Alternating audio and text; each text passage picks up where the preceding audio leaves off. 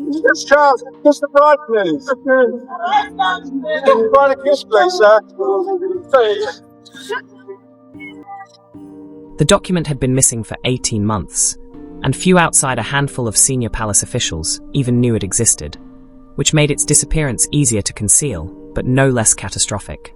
In the final weeks of her life, Queen Elizabeth had written a private will, separate from her official estate documents, detailing how she wanted certain family matters handled.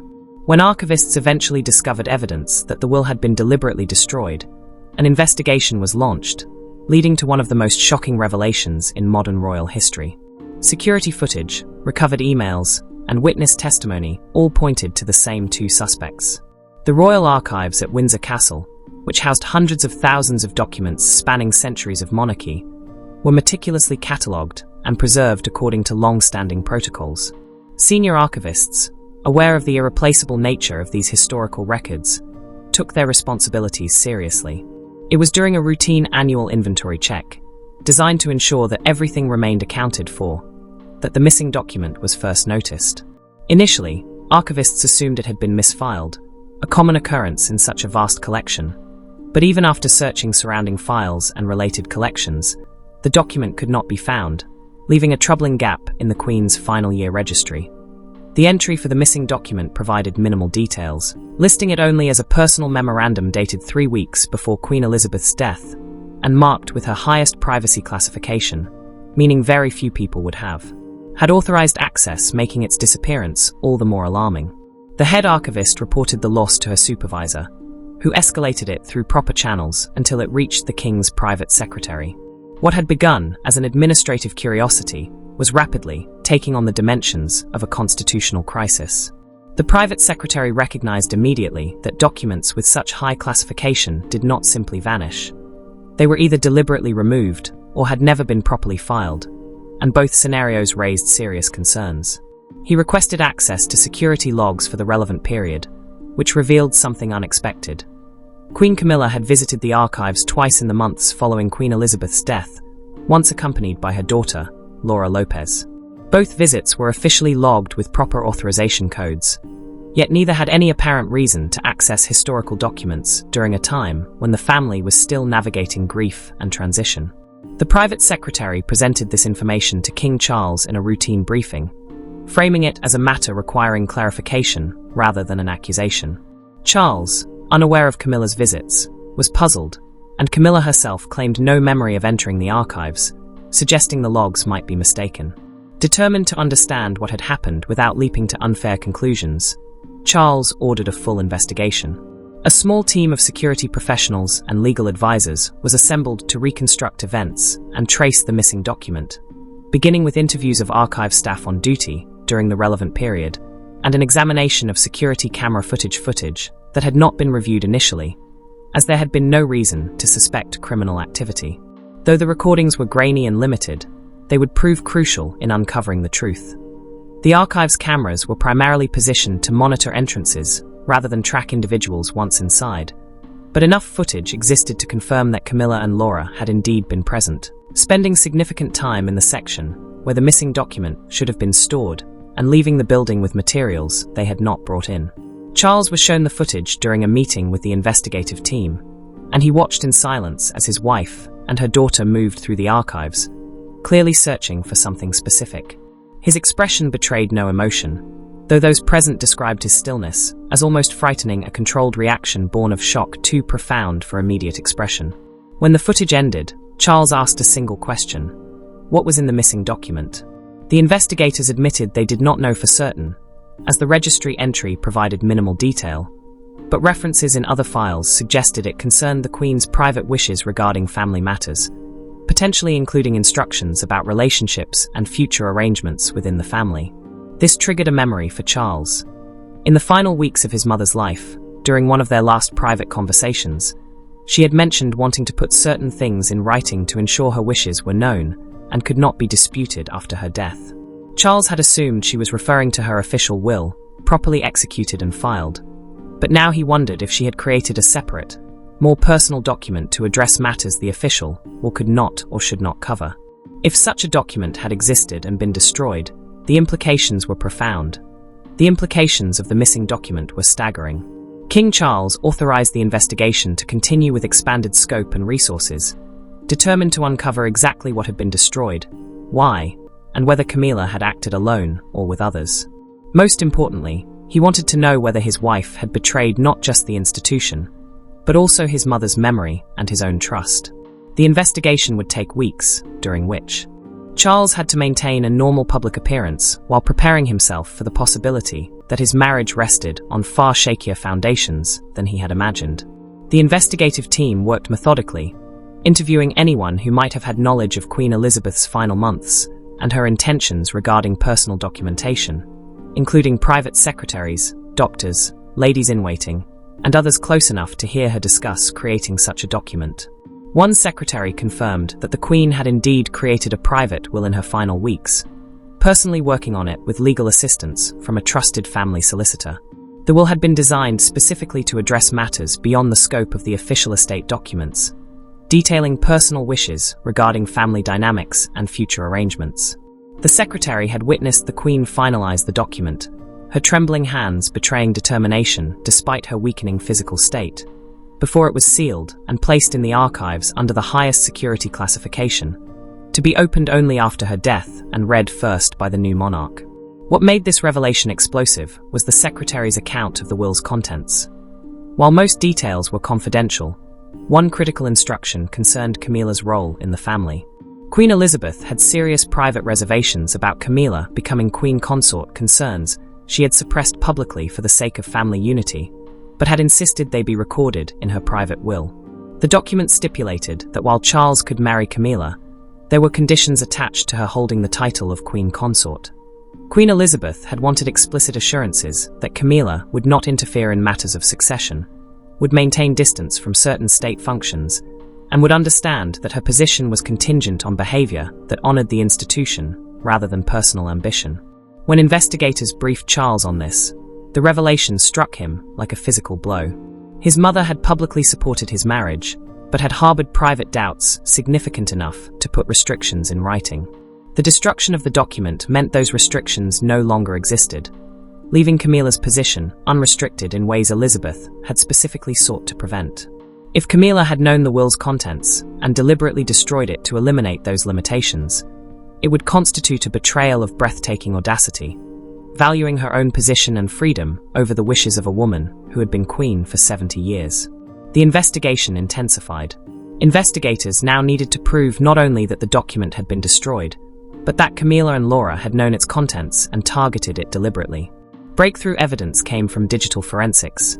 Investigators, with proper legal authorization, examined Camilla's personal computer and recovered imperfectly deleted emails. These emails, dated shortly after Queen Elizabeth's death, showed correspondence between Camilla and Laura discussing a document that the emails between Camilla and Laura were vague, but clearly referred to something in the archives.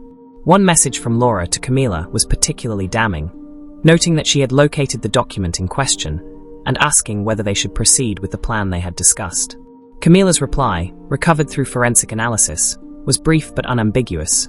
Yes. Take care of it completely. No trace. The emails did not explicitly name the will, likely because both understood the risk of leaving clear evidence, but the timing, context, and subsequent disappearance of the document made a circumstantial case that was compelling. Investigators still needed more to confirm Camilla's involvement and intent. Advanced forensic analysis of the storage area, where the will had been revealed traces of ash that had been absent during routine cleanings prior to Camilla and Laura's visit. Chemical analysis confirmed that the ash came from high-quality paper consistent with official royal documents, indicating the will had not merely been removed but burned, likely in one of the archive's old, rarely used fireplaces. This method of destruction suggested premeditation and an understanding of the need for complete elimination. The final piece of evidence came from a maintenance worker, who recalled being asked by a well-dressed woman matching Laura's description to light a fire in an archive fireplace on a specific date, claiming she was cold and wanted warmth while working.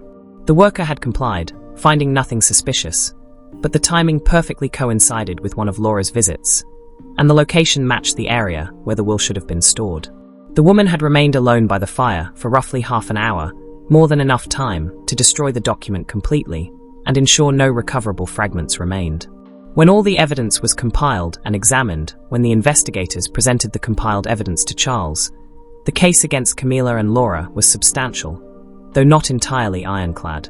There was physical proof of their presence in the archives, digital evidence indicating planning, forensic confirmation of document destruction, and witness testimony placing them at the scene. What remained unclear was whether Camilla had initiated the plan or had been drawn in by Laura, a distinction that mattered both legally and personally. Charles needed to understand his wife's role and motivations before confronting her. The investigators advised that a direct confrontation was the best path forward, believing that faced with overwhelming evidence, Camilla might confess and provide missing details about her decision-making. Charles agonized over how to handle it. This was not merely about institutional wrongdoing or criminal behavior. It was about his wife potentially destroying his mother's final wishes, lying about it for 18 months, and betraying the core of their marriage. He struggled to reconcile the woman he thought he knew with someone capable of such calculated deception. Part of him clung to hope that some context might lessen the severity of her actions, but as he repeatedly reviewed the evidence, that hope faded. Camilla had conspired with her daughter to eliminate restrictions Elizabeth had intended to impose, and had lied when questioned.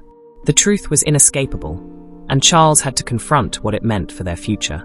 He arranged a private meeting with Camilla in his study at Clarence House, ensuring they could speak without interruption. He informed her only that they needed to discuss an urgent matter, giving no hint of the storm about to break. Camilla arrived expecting perhaps a discussion about scheduling or family affairs, nothing that could prepare her for what Charles was about to reveal. He began by asking her directly whether she had anything to tell him about her visits to the Royal Archives in the months following his mother's death. Camilla's face remained composed as she repeated her earlier claim of not remembering any visits, and suggested that the logs must be mistaken. Charles, however, produced the security footage on a laptop, turned it toward her, and pressed play. She watched herself moving through the archives, and her expression shifted from confusion to recognition, and finally to something that looked like fear. She opened her mouth to speak, but Charles held up a hand. "Please do not insult me with more lies. I have seen the footage. I have read the emails between you and Laura. I know about the fireplace and the ash. I know you destroyed my mother's private will. What I want to understand is why." The words hung heavy between them, loaded with accusation and pain. Camilla's composure crumbled, tears streaming as the reality of being caught settled over her. She initially denied any wrongdoing, claiming she did not know what he was talking about, and insisting there must be a misunderstanding. But Charles was relentless, methodically presenting each piece of evidence. The deleted emails, the forensic findings, the security footage making clear that denial was pointless. Faced with undeniable proof, Camilla's defense shifted to justification. She admitted she had learned of the will's existence through a casual remark by a palace staff member, unaware of its sensitivity. Discovering the restrictions Elizabeth had intended to impose on her role as queen consort, she felt hurt and angry, interpreting them as a signal that she would never be fully accepted despite decades of service. According to Camilla, it was Laura who suggested destroying the document, arguing that Elizabeth's private wishes were just that private and held no legal force over Charles's authority as king. If the will disappeared, its restrictions would vanish, allowing Camilla to serve as queen consort without the arbitrary limitations imposed by someone who had never fully accepted her. Camilla claimed that she had initially resisted the idea, but eventually convinced herself that eliminating the will was not truly wrong. Camilla insisted that destroying the will was not wrong, that it merely removed outdated obstacles to her fully supporting Charles in his new role. She told herself it was for the good of the monarchy, that Elizabeth's reservations had been unfair and should not constrain the future. Charles listened with growing disbelief and disgust. "So you decided that your hurt feelings and your daughter's ambitions justified destroying my mother's last wishes. You decided you knew better than a woman who served as queen for 70 years what was good for the monarchy. You decided your comfort mattered more than respecting the woman whose death made it possible for me to become king and for you to become queen. Do you have any idea how selfish and disrespectful that is?"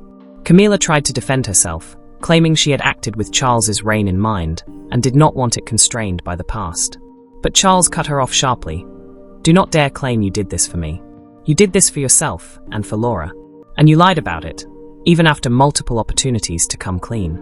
The argument escalated quickly, decades of unspoken tensions surfacing alongside the immediate betrayal. Charles brought up Camilla's long-standing resentment at not being fully embraced by all parts of the family, and her push for recognition and status that others felt she had not earned. Camilla countered with her own grievances, being constantly compared to Diana, never feeling good enough, and sacrificing her children's privacy and comfort for the sake of Charles's position. The conversation devolved into mutual recriminations, achieving nothing except increasing anger and entrenchment. Finally, Charles spoke words that made the room fall completely silent. "I cannot stay married to someone who would do this." Camilla stared at him, the meaning not registering at first. When it sank in, panic overtook her. "Charles, you cannot be serious. We have been together for decades. One mistake cannot end everything we have built." Charles shook his head firmly. This was not a single mistake. It was a calculated betrayal carried out over time, and then concealed through lies. "You destroyed something irreplaceable and violated my mother's memory," he told Camilla. She begged him to reconsider, warning of the consequences for the monarchy, their public image, and the chaos it would create. Charles acknowledged these concerns, but insisted they paled in comparison to the fundamental breach of trust. How could he rule as king with a queen consort he could not trust? How could he expect others to honor their commitments when his own wife had shown such blatant disrespect for the institution? The marriage was over, not because he wanted it to be, but because Camilla's actions had made continuation impossible. He asked her to leave the room, saying his solicitors would handle the arrangements. Camilla departed in tears, still hoping Charles might change his mind. But those who knew him understood that when he made decisions based on principle rather than emotion, he rarely reversed them. This was not an impulsive reaction. It was a fundamental reassessment of who Camilla was and whether their relationship could survive such betrayal. The answer was no, and the only task remaining was managing the inevitable public and institutional fallout. Within 48 hours, word of the impending divorce leaked despite efforts to maintain confidentiality. Palace staff, noticing the king and queen consort no longer appearing together, overhearing heated conversations, and observing legal documents being prepared, pieced the story together and passed it along. Journalists, with sources across royal households, began reporting a crisis in the marriage. Early reports were vague and speculative, but conveyed that something catastrophic had occurred. The palace communications team scrambled to manage the narrative, facing an impossible challenge. Revealing the truth that Camilla had destroyed Queen Elizabeth's private will would devastate her reputation and raise questions about the legitimacy of decisions made in the 18 months since its destruction. Yet withholding the truth risked rampant speculation and conspiracy theories that could be even more damaging. After extensive consultations with Charles, senior advisors, and legal experts, a decision was made to release a truthful but vague statement. It acknowledged that the king and queen consort had agreed to separate due to irreconcilable differences regarding trust and conduct, emphasized that the decision was mutual and final, and requested privacy as both navigated the difficult process. The statement generated more questions than it answered, which was inevitable, but it avoided outright lies while shielding the most explosive details. Media coverage exploded regardless, with endless speculation about what trust and conduct issues could have caused such a dramatic rupture. Camilla initially resisted the divorce, hoping time might change Charles's mind. Her lawyers, however, warned that contesting it could force the truth into public court proceedings, which would utterly destroy her reputation. Accepting the divorce quietly and with dignity offered a chance to preserve her public image, with people attributing the split to generic marital conflict rather than her destruction of the Queen's private will. Facing this choice, Camilla reluctantly agreed to expedite the proceedings to minimize public legal exposure. Determining her future role proved complex. Technically, divorce would end her position as queen consort, but the palace sought to avoid the spectacle of stripping her of the title in a dramatic announcement. Instead, it was quietly indicated that she would revert to using the title Duchess of Cornwall, her previous designation, while retaining certain privileges befitting her status as the king's former wife and as the mother-in-law of future monarchs through her connection to William's family. She would no longer participate in state functions or represent the monarchy officially, effectively being eased into obscurity as gently as circumstances allowed. Public reaction to the news was sharply divided. Many expressed shock and sympathy, having believed Charles and Camilla's marriage to be stable and loving, while others, particularly those who had never public reaction to the divorce, was sharply divided. Many who had accepted Camilla as suitable for Charles expressed relief that the relationship had ended, while social media erupted with theories ranging from plausible incompatibility to wild conspiracy theories involving affairs or financial scandals. Very few suspected the truth about the destroyed will, which remained the royal family's most closely guarded secret. William and Catherine found themselves in an awkward position. William had never been close to Camilla, tolerating her for his father's sake rather than out of genuine warmth, and the revelation about the will confirmed his suspicions that she prioritized her own interests over the institution's needs. Publicly, however, he had to remain neutral, supporting his father's decision without celebrating Camilla's downfall. Catherine, ever diplomatic, privately felt relief that a source of family tension had been removed, even as she worried about the immediate chaos the divorce would create. Prince Harry, contacted in California, had a complex reaction. With his own fraught history with Camilla and lingering resentment over her role in his parents' marriage breakdown, he nevertheless recognized the genuine pain and betrayal his father was experiencing. He reached out to Charles directly, one of their first substantive conversations in years, offering support and understanding, creating an unexpected, if tentative, bridge between them. In the months following the announcement, chaos persisted. Camilla moved out of shared residences into her private property, largely disappearing from public view, and her daughter Laura, aware that association with the scandal made her toxic in royal circles, also withdrew. The king threw himself into royal duties with renewed intensity, using work to distract from personal pain, and those close to him observed a man who had aged a decade in months. The cumulative weight of losing both his mother and his wife had been almost unbearable. 6 months after everything was finalized, King Charles gave his first extended interview since the split. Choosing a Charles chose a respected journalist, known for serious reporting rather than sensationalism, wanting to discuss his decision thoughtfully rather than through tabloid sound bites. The interview took place at Highgrove, his beloved country estate, in a personal, informal setting. He appeared tired but resolved, ready to explain his reasoning within the bounds of what could be publicly shared. When asked what had led to the divorce after so many years together, Charles spoke carefully yet candidly about trust, emphasizing that it is fundamental to any relationship, especially a marriage that serves an institution. When trust is violated in ways that cannot be repaired, continuing the marriage becomes impossible, regardless of history or affection. Ending the marriage had been the hardest decision of his life, he said, but necessary. Some betrayals reveal fundamental incompatibilities of values and priorities that cannot be ignored. Asked whether he regretted marrying Camilla, he acknowledged cherishing many memories, but admitted that, with hindsight, he had ignored warning signs and moments of friction between personal desire and duty. Asked about the future, Charles smiled ruefully, noting that another marriage now seemed unlikely and unwise. His focus was entirely on his role as king, serving the nation and Commonwealth, and supporting the next generation as they prepared for the burdens he carried.